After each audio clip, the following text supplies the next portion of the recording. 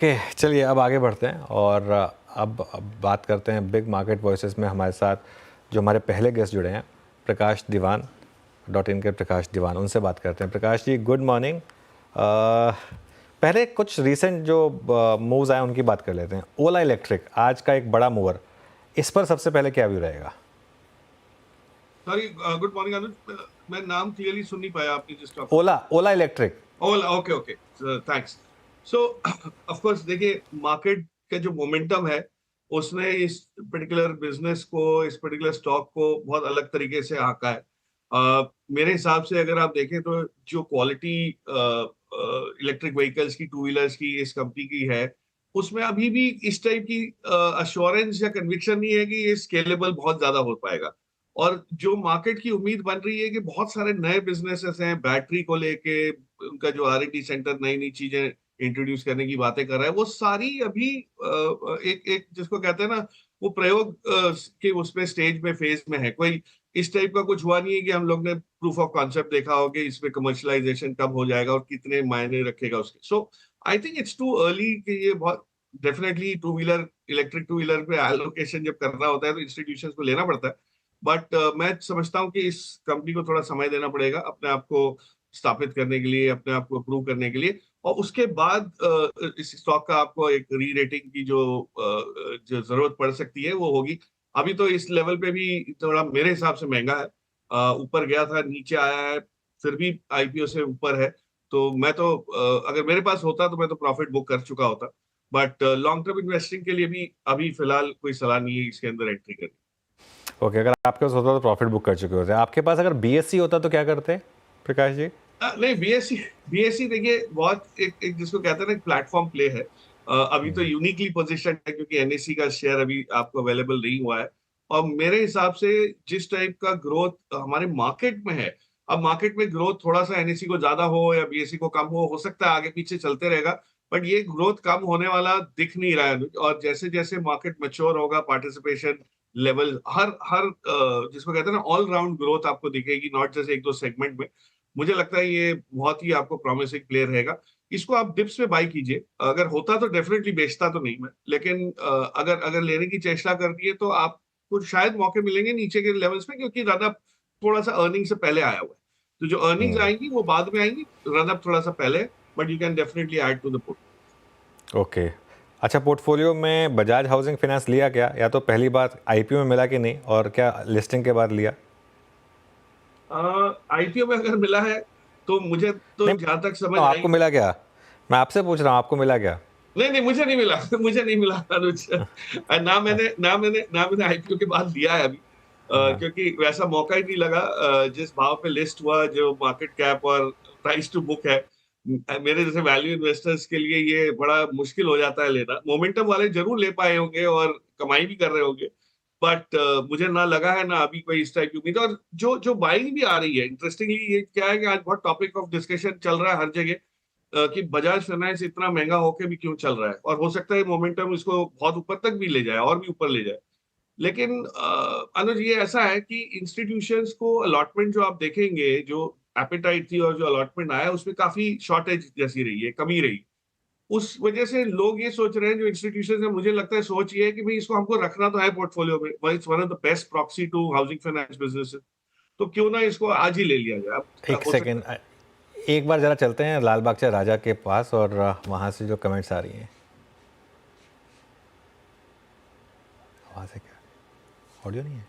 आदमी आपसे मिलना चाहता है, फोटो खींचना चाहता है। ऐसा माहौल तो खाली गणेश ही बना सकता है, और श्री गणेश का ही माहौल है। बहुत बहुत धन्यवाद। धन्यवाद सर आपने। तर आपण पाहिलं की रिलायन्स उद्योग समूहाचे चलिए, तो ये इस समय वो अंबानी जी थे वहाँ पर, तो वो एक उनका एक स्टेटमेंट, बिल्कुल ऐसा माहौल तो बप्पा ही बना सकते हैं। चलिए, अब प्रकाश के पास वापस जाया जाए। चलिए, बजाज हाउसिंग की बात हो गई। अब कुछ आई थिंक आपका कुछ टुवर्ड्स एंड आप कुछ कह रहे थे जो हमने मिस कर दिया, बिकॉज वो हमको वहाँ पर कट करना था। कोई आखिरी पॉइंट इस स्टॉक पर? आखिरी पॉइंट ये है कि इंस्टीट्यूशंस को मतलब पोर्टफोलियो में रखना है लॉन्ग टर्म बेसिस पे, इसलिए उनको उस 125 पे ले, 150 पे ले, फर्क नहीं पड़ता। उस लिहाज से उन्होंने आई थिंक ऐड करना शुरू किया है। एपेटाइट काफी बड़ी है, सप्लाई है नहीं, तो उस वजह से फ्लोट ना होने की वजह से हुआ है ये। बट रिटेल इन्वेस्टर्स के लिए थोड़ा सा महंगा हो जाएगा, उनकी अवधि लंबी हो जाएगी इसमें से कोई बड़े रिटर्न बनाने की अगर अपेक्षा से ले रहे हैं। पर प्रकाश सर, इस प्रश्न का दूसरा अंश भी है कि क्या इस लिस्टिंग ने, मैं इनफैक्ट कल कुछ आर्टिकल्स इसी आई थिंक सब्जेक्ट को एड्रेस कर रहे थे कि rating of housing finance companies post Bajaj housing. अब बजाज हाउसिंग पे हमारी बात हो गई, बट वो जो डिफरेंशियल क्रिएट हो गया है versus rest of housing companies versus Bajaj finance, क्या आप उसको प्ले करने की कोशिश करेंगे? वीरू, अब थोड़ा सा इक्विलिब्रियम उल्टा आता हुआ दिख रहा है मुझे। ये अगर करना था तो जब बजाज हाउसिंग का आईपीओ का ऐलान हुआ था उस समय से अगर आप देखें तो इतना अच्छा move PNB housing, Canfin, LIC housing सब में आ चुका है। तो मुझे लगता है हुआ ये है कि लोगों को बजाज हाउसिंग फाइनेंस की जब मेट्रिक्स समझ आने लगे, जब आंकड़े समझ आने लगे कि ये बिजनेस इतना प्रॉफिटेबल हो सकता है, इस टाइप के इतने लो एनपीए लेवल्स इसके अंदर आप मेंटेन कर सकते हो, तो उस लिहाज से हाउसिंग फाइनेंस कंपनीज का एक जिसको कहते हैं रीसेट सा हो गया या रिवैल्यूएशन सा हो गया।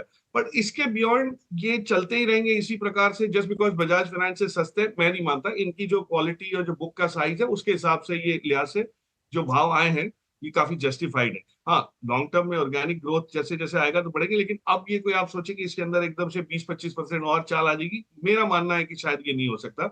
अब ये इस लेवल पे थोड़े से कंसोलिडेट होंगे, डाइजेस्ट करेंगे प्राइसेस। ओके, चलिए ये बात हो गई Bajaj housing versus I think rest of housing finance कंपनियां। अब आते हैं एक एक करके कुछ ऐसे स्टॉक्स को यहाँ पर छेड़ने की कोशिश करते हैं जहाँ पे मूव काफ़ी आ रहे हैं। अभी कुछ देर पहले अनुज ने ओला का जिक्र किया था।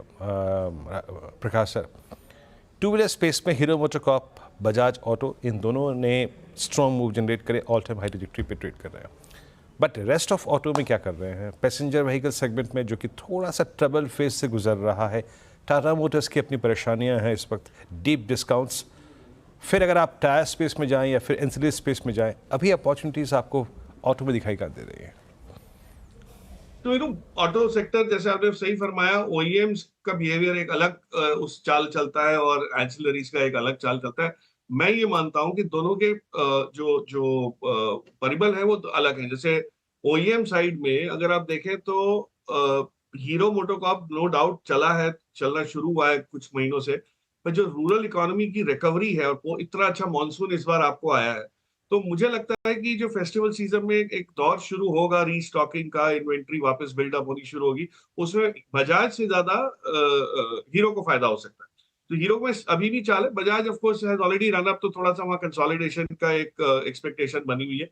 और जो एंसिलरीज है उसमें देखिए जो ग्लोबल प्लेयर्स हैं, जहां पे चाहे वो संवर्धना ग्रुप हो, मदरसन संवर्धना की बात कर रहा हूँ, या आप भारत फोर्ज को देख लीजिए, या आप और लेना चाहे तो सोना कॉमस्टार जैसे हैं या सुप्रजीत है, जो ग्लोबल उससे इम्पैक्ट हो रहे हैं, उसमें स्लो डाउन आया था, उसकी वजह से थोड़ा सा सॉफ्टनेस रही। लेकिन मुझे लगता है जो लीडर्स हैं वो वापस एक बिल्डअप करते हुए दिखेंगे आपको। बट ऑटो एंसिलरीज का out performance overall broader markets में हो सके शायद अभी नहीं होगा। मतलब मार्केट अगर 15% चलती है और ऑटो एंसिलरी 20 करते, ऐसे शायद उम्मीद नहीं है, वो भी 15% या उससे नीचे रह सकते हैं। सो ऑटो में थोड़ा एक दौर आएगा जहां पे ये कंसोलिडेशन आएगा। बट दोनों में से ओईएम्स में अभी आपको शायद हो सकता है ये हीरो मोटोकॉर्प जैसे जो है, और पैसेंजर कार्स में मारुति के जैसे कोई नए लॉन्च हाइब्रिड व्हीकल के मॉडल्स लॉन्च होंगे, जैसे फ्रॉन्क्स की बात है कि भाई बहुत अच्छा मॉडल सक्सेसफुल है, उसमें भी हाइब्रिड आ गया, तो इस टाइप की चीजों में ट्रिगर्स रहेंगे। बट अदरवाइज कोई ऐसी कोई खास चीज दिख नहीं रही कि यहाँ से बहुत बड़ी तेजी ऑटो में दिख रहा है। ओके, मीनवाइल बजाज फाइनेंस का वो मूव काफ़ी अच्छा आ रहा है। आज अच्छा गैप अप हुआ, उसको थोड़ा कंसोलिडेट हुआ, उसके बाद फिर एक मूव आया बजाज फाइनेंस में। तो ये क्लियरली आज का अभी तक देखा जाए तो इंडेक्स के स्टॉक्स में स्टॉक ऑफ द मॉर्निंग है। 2.5% के करीब यहाँ पर अच्छे मूव्स इस समय बजाज फाइनेंस में आते हुए। और ये स्टॉक जैसा वीरों ने कहा भी था कि पिछले कुछ दिनों में करेक्ट हुआ था। वो जिस दिन बजाज हाउसिंग फाइनेंस की लिस्टिंग हुई थी उस दिन काफ़ी बड़ा करेक्शन आया था, इसमें 7700 से 7300 तक आया था। उसके बाद अब थोड़ा सा यहाँ पर मूव्स अच्छे आ रहे हैं स्टॉक में। प्रकाश, आज आईटी स्टॉक्स में गिरावट है एक्सेंचर के उस कल के न्यूज़ के बाद, लेकिन इन स्टॉक्स ने पैसा अच्छा बनाया है इस साल, खासतौर से मिड कैप आईटी में। यहाँ पर आपका क्या व्यू होगा और कोई टॉप पिक्स होंगी यहाँ पर? तो अनुज, एक्चुअली क्या है कि आज शाम को अगर इंटरेस्ट रेट कट का ऐलान होता है तो उसके बाद मार्केट उसको, मतलब इंडस्ट्री, आईटी इंडस्ट्री क्लाइंट्स उसको कैसे अपनाते हैं, उसके बाद ऑर्डर फ्लो कैसे बनता है, ऑर्डर बुकिंग होती है नहीं होती है, वो उसकी वजह से आईटी स्टॉक्स में काफी आपको एक टाइम करेक्शन का दौर आ सकता है, क्योंकि रनअप अच्छा खासा हुआ था। और दूसरी चीज क्या हो रही है हमारे मार्केट में, बैंकिंग या फाइनेंशियल्स में मुझे लगता है एक मूव जो शुरू हुआ है, बैंक निफ्टी दर्शा रहा है और आगे चल के रीसेट हो सकता है towards an expected interest rate cut. तो उसमें जो credit growth, interest rate cut, इस टाइप के पॉजिटिव ट्रिगर्स अगर आ जाते हैं तो बैंकिंग परफॉर्म करेगा, तो आईटी थोड़ा सा पीछे हट जाएगा। सो ये सेक्टर रोटेशन तो आम तौर पे होता ही रहता है। I would believe mid cap IT में बहुत बढ़िया वो है टाटा टेक्नोलॉजीज। में हमेशा बोलता आया हूँ कि 1400 तक गया था लिस्टिंग पे, 1000 के नीचे भी एक बार आ गया, अब वापस 1100 के आसपास वो हो रहा है कंसोलिडेट। बट आई थिंक यहाँ पे अभी भी मतलब जिसको कहते हैं ना, कोई ओवर एक्सुबरेंस नहीं दिख रही या प्राइसिंग मिसमैच नहीं दिख रहा, तो ये इसको आप अपनी नजर में रखिए। मुझे लगता है कि यहाँ पे जैसे जैसे ऑर्गेनिक ग्रोथ आती जाएगी, नए ऑर्डर्स आते जाएंगे, इनकी बुक जो है, रेवेन्यू बुक विजिबिलिटी वाली बन जाएगी, और वो जैसे ही होगा आपको इसमें थोड़ी सी एक मतलब मार्केट आउट परफॉर्मेंस की उम्मीद बन सकती है। But overall I think IT में, लार्ज कैप आईटी और वो सब थोड़े कंसोलिडेट होंगे, क्योंकि बहुत बढ़ गए। विप्रो देख लीजिए, इन्फी देखिए, तो कहीं ना कहीं थोड़ा सा एक साइडवेज मूव या टाइम करेक्शन वाला मूव जो है, ये end of this calendar year तक, मतलब 2024 दिसंबर तक आपको शायद इस टाइप का रूप दिख सकता है। एक आपसे पॉसिबली आखिरी सवाल, फिर कोई फ्रेश स्टॉक आइडिया जिस पर काम किया हो आपने? फ्रेश आइडिया में ऐसा है अनुज, जैसे एक बड़ी पुरानी कंपनी है, लेकिन मुझे समझ आई है कि जो जिस हिसाब से उसका कारोबार रीसेट हुआ है, नई उसकी वजह से डेवलपमेंट हुआ है, एचओईसी। मतलब बिजनेस तो सब जानते हैं, लेकिन जो जिस टाइप के ऑयल फील्ड्स को मोनेटाइज अब वो कर पा रहे हैं, और एक बहुत बड़ा नॉर्थ ईस्ट से गैस पाइपलाइन का जो प्रोजेक्ट है सरकार का, जो काफी सालों से अटका हुआ है, वो जैसे ही थोड़ा नजदीक आता है, एग्जीक्यूशन स्टेज पे आता है, उसमें जो विवाद जो सारे क्लियर हो जाते हैं, तो मुझे लगता है यहाँ पे इससे इससे इसको बहुत बड़ा फायदा होगा, क्योंकि एसेट्स हैं, उसमें से तेल और गैस निकलना शुरू हुआ है, लेकिन उसको आपको इवैक्यूएट भी करने की क्षमता रखनी पड़ेगी, रहनी पड़ेगी, और वो जो है जैसे ही आपको विजिबल हो जाएगी, तो मुझे लगता है स्टॉक में आके जाके, बट ऑफकोर्स 1.5-2 साल के नजरिए से मैं बोल रहा हूँ, कोई चीज इमीडिएट कुछ नहीं होने वाली, बट वैल्यू है इसमें, महंगा नहीं लगता, और अच्छी पेडिग्री वाली चीज है। ओके, चलिए बहुत बहुत शुक्रिया प्रकाश।